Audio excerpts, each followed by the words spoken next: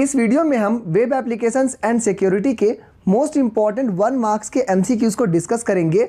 ये सारे एमसीक्यूज़ में बहुत सारे कंसेप्ट्स हैं, तो बस आप बहुत ध्यान से इस वीडियो को पूरा देखिए, उसके बाद आपके सारे कंसेप्ट्स क्लियर हो जाएंगे। तो चलिए आज का वीडियो स्टार्ट करते हैं। ये चैप्टर आपको क्लास 10th IT कोड 402 में part be subject specific skills में पढ़ना है। तो चलिए अब क्वेश्चंस पर आते हैं। यहाँ सबसे पहला क्वेश्चन पूछा गया है, accessibility options are available in. Accessibility options आपको यहाँ सेशन नंबर 1 में ही पढ़ना है, इसके बारे में आपको बहुत डिटेल्स में पढ़ा चुके हैं। तो एक्सेसिबिलिटी ऑप्शंस कहाँ पर मिलता है?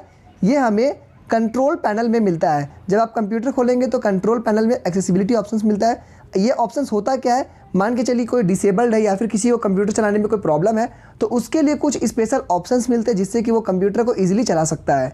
हमारे लिए भी हम भी इस ऑप्शन को यूज़ करके कंप्यूटर को ईजी वे में चला सकते हैं, इसलिए एक्सेसिबिलिटी ऑप्शंस कहते हैं।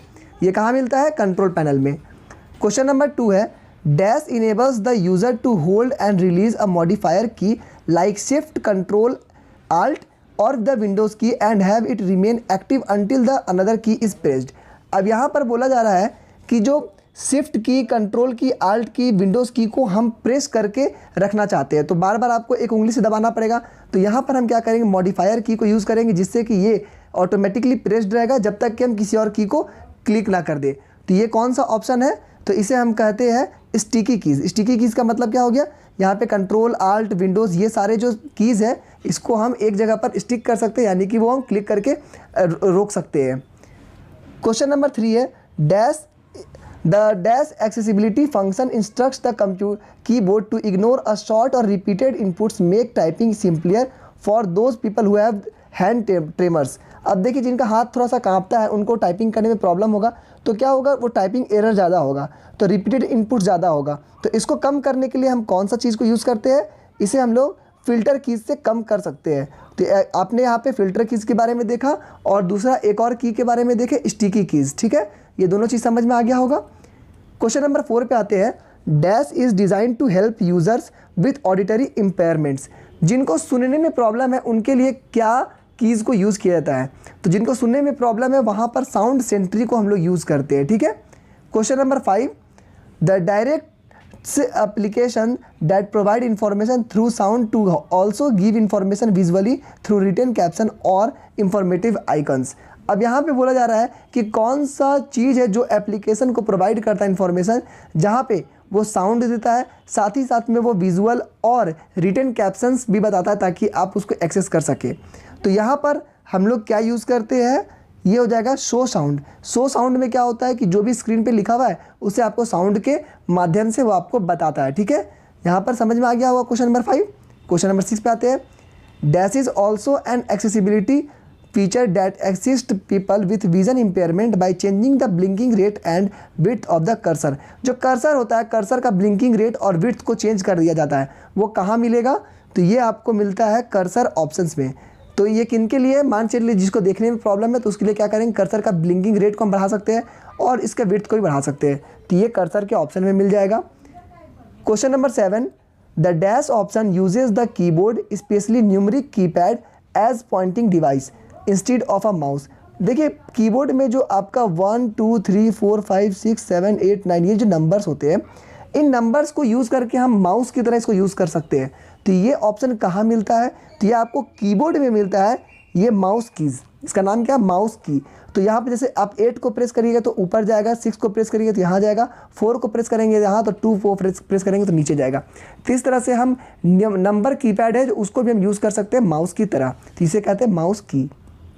Next, dash is design to assist people that have difficulty using a mouse. अब देखिए जिनको माउस यूज़ करने में प्रॉब्लम होता है तो वे क्या करेंगे कि कीबोर्ड में जो यहाँ पर नंबर पैड दिए रहते हैं उसको यूज़ करके माउस का काम कर सकते हैं।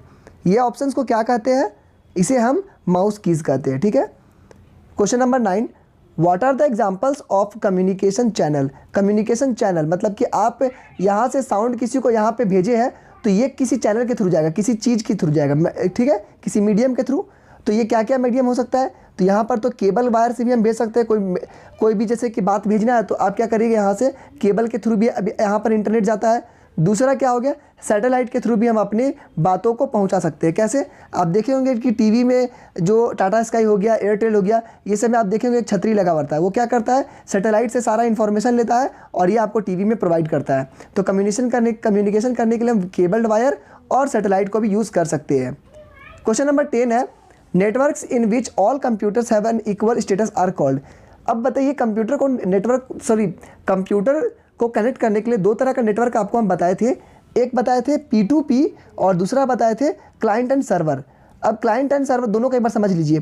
क्लाइंट सर्वर में क्या होता है, एक कंप्यूटर बनता है सर्वर, और क्या होता है, यहाँ पे बहुत सारे कंप्यूटर उसमें कनेक्टेड होते हैं और ये सारे क्या कहलाते हैं, ये सब कहलाते हैं क्लाइंट। ठीक है, ये हम किसका बताएं, क्लाइंट सर्वर का। P2P में क्या होते हैं, सारे कंप्यूटर एक दूसरे से लिंक होते हैं। देखिए, सारे कंप्यूटर एक दूसरे से लिंक होते हैं, इसे हम कहते हैं P2P।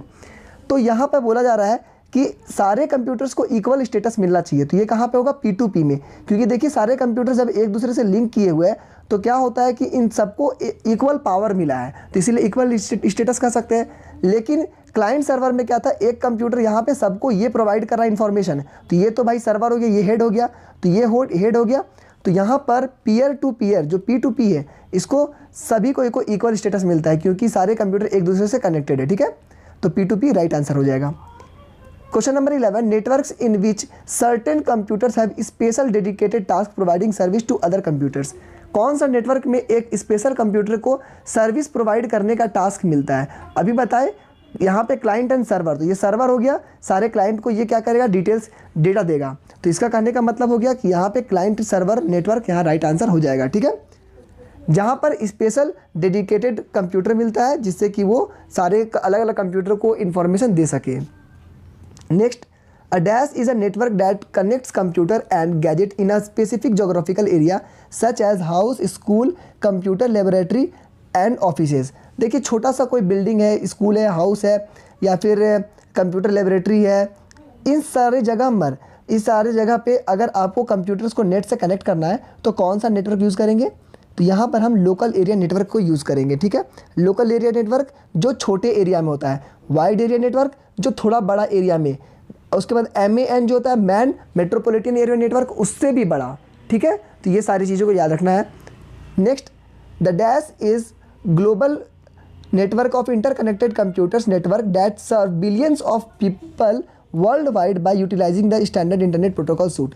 बोल रहा है कि जो सारे कंप्यूटर को ग्लोबली हम लोग जो कनेक्ट करते हैं उसे क्या कहते हैं, सारे कंप्यूटर को हम लोग ग्लोबली कनेक्ट जो करते हैं उसे क्या कहते हैं, उसे हम कहते हैं इंटरनेट। क्या कहेंगे, इंटरनेट। जब सारे कंप्यूटर एक दूसरे से कनेक्टेड हो जाए ग्लोबली तो उसे कहेंगे इंटरनेट। ठीक है, ये रह जाएगा right answer. Question number 14, WWW stands for, इसका फुल फॉर्म क्या होता है, world wide web. Right answer हो जाएगा world wide web. Question number 15, a dash is a software program that is used to browse websites and serves as a bridge between the user and the world wide web. अब देखिए, बोल रहा है कि कौन सा सॉफ्टवेयर का programme है जिसके थ्रू हम इंटरनेट को ब्राउज करते हैं, जिसके थ्रू हम इंटरनेट को एक्सेस करते हैं। जैसे मान के चलिए आपको मोबाइल में, कंप्यूटर में इंटरनेट चलाना होगा, तो आप क्या करिए, क्रोम को खोलिएगा या फिर आप क्या करिएगा, फायरफॉक्स को खोलिएगा। आपके पास इंटरनेट एक्सप्लोरर है, ये भी खोल सकते हैं, सफारी ब्राउज़र है। तो भाई ये सारी चीज़ों को खोलिएगा तभी तो आप इंटरनेट से कनेक्ट होइएगा। तो ये एक ब्रिज का काम कर रहा है, इसे हम क्या कहते हैं, वेब ब्राउज़र। इसे कहेंगे हम वेब ब्राउज़र। यही तो काम कर रहा है। अगर आप क्रोम में नहीं जाइएगा तो आपको नेट खुलेगा नहीं। ठीक है, तो क्रोम में जाइएगा तब आप वहाँ पे जाकर के एक्सेस करते हैं नेट को, तो ये हो जाएगा वेब ब्राउज़र। जैसे कि क्रोम हो गया, फायरफॉक्स हो गया, उसके बाद आपका इंटरनेट एक्सप्लोरर, सफारी, ये सारी चीज़ आ जाएगा।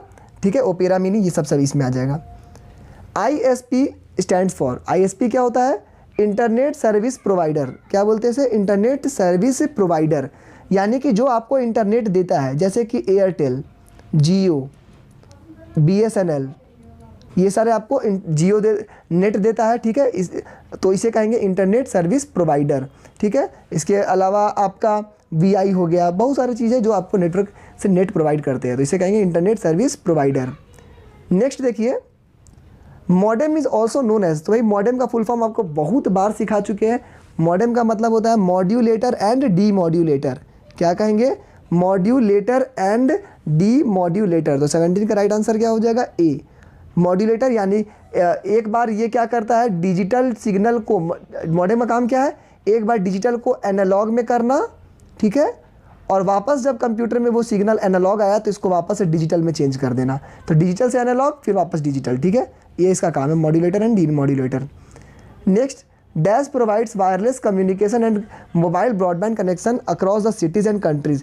अब बहुत सारे बड़े बड़े ये एरिया के बारे में बात कर रहा है। क्या बोल रहा है कि अलग अलग कंट्रीज़ को हमको कनेक्ट करना है इंटरनेट से, अलग अलग कंट्रीज़ को। तो यहाँ पर क्या होना चाहिए, ये हो जाएगा वाई मैक्स। आपको बताए थे जब बहुत बड़ा एरिया नेटवर्क है तो भाई ये वाईफाई और DSL से काम नहीं चलेगा, वहाँ पर वाई मैक्स का काम करेंगे। Next question, 3 types of wired internet connectivity are. अब यहाँ पे बोल रहा है वायर्ड इंटरनेट। अब देखिए 1 मार्क्स के क्वेश्चन में डायरेक्ट क्वेश्चन ही पूछ देगा कि write some example of wired internet connectivity. तो क्या हो जाएगा, वायर से जो हम लोग इंटरनेट को कनेक्ट करते हैं, तो यहाँ आपका राइट आंसर हो जाएगा cable internet, DSL and dial up. ये सब क्या वायर्ड है, केबल इंटरनेट, उसके बाद DSL और डायल अप। इसमें क्या होगा, वायर के थ्रू हम लोग इंटरनेट ले जाते हैं। Question number 20, 3 types of wireless internet connectivity. अब वायरलेस में क्या क्या एग्जांपल हो जाएगा, जल्दी से याद कर लीजिए। वायरलेस में आपका हो जाएगा ये हो जाएगा आपका वाईमैक्स, 3G एंड वाईफाई। क्या हो जाएगा, वाईमैक्स, 3G एंड वाईफाई, ये हो जाएगा वायरलेस। तो दोनों याद कर लीजिए।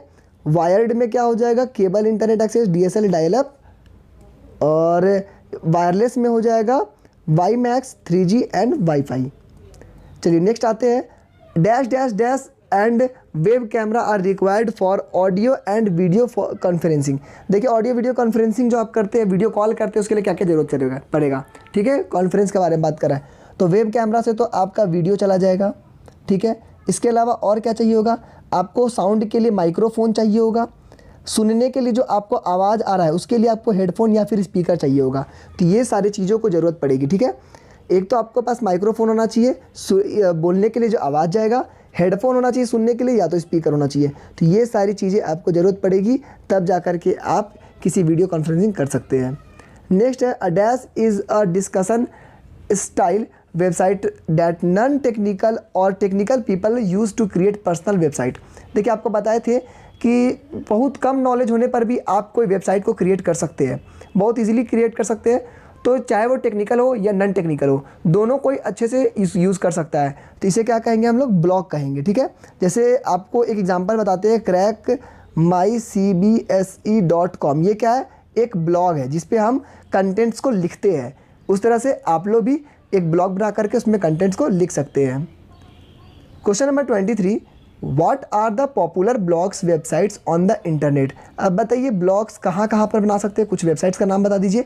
तो वर्डप्रेस में बना सकते हैं और ब्लॉगर, दोनों पे बना सकते हैं। राइट आंसर हो जाएगा वर्डप्रेस एंड ब्लॉगर, तो बोथ A एंड B हो जाएगा, ठीक है। Next, give an example of offline blog editor. ये क्वेश्चन आने का चांस है, ऑफलाइन ब्लॉग एडिटर के कुछ एग्जांपल्स।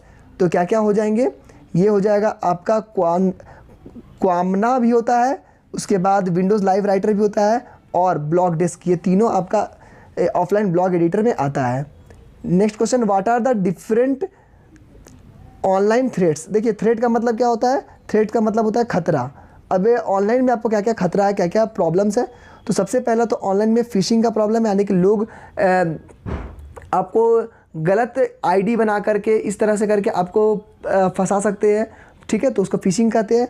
फिर क्या होगा, ईमेल स्पूफिंग, ईमेल पे लिंक भेज करके, और चैट स्पूफिंग, चैट में भी लिंक भेज करके आपका खाता का पैसा वैसा उड़ा सकते हैं। तो ये सब ऑनलाइन थ्रेट्स है। तो ऑल द अबव हो जाएगा right answer. Dash are programs that are created on your local computer when you visit website.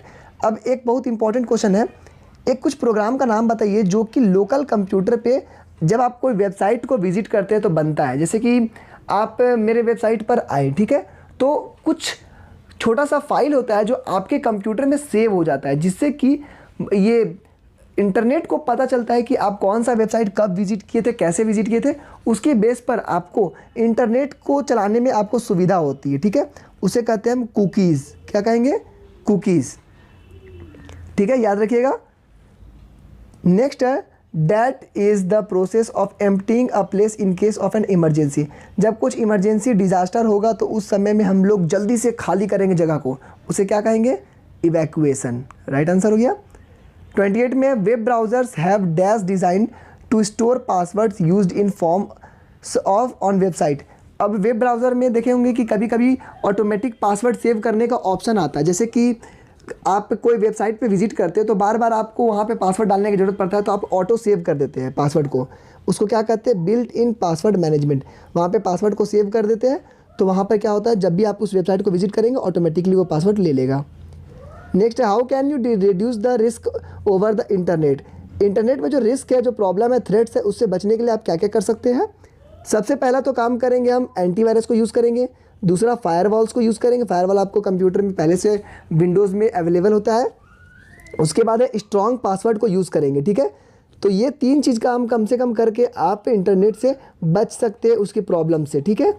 चलिए दोस्तों, अब होमवर्क की बारी आ गई है। होमवर्क का क्वेश्चन आपको दे रहे हैं, which combination is required to create a strong password. Strong password के लिए कौन सा कॉम्बिनेशन होना चाहिए, जल्दी से दोस्तों कमेंट बॉक्स में बता दीजिए। ये आपका होमवर्क का क्वेश्चन है। उम्मीद करते हैं आपको वीडियो पसंद आया होगा, तो चैनल को सब्सक्राइब करके बेल आइकन दबाइए। लर्न सिंपल लर्न इजी हमारा मोटो है। आज के इस वीडियो में बस इतना ही दोस्तों। Thank you and have a nice day.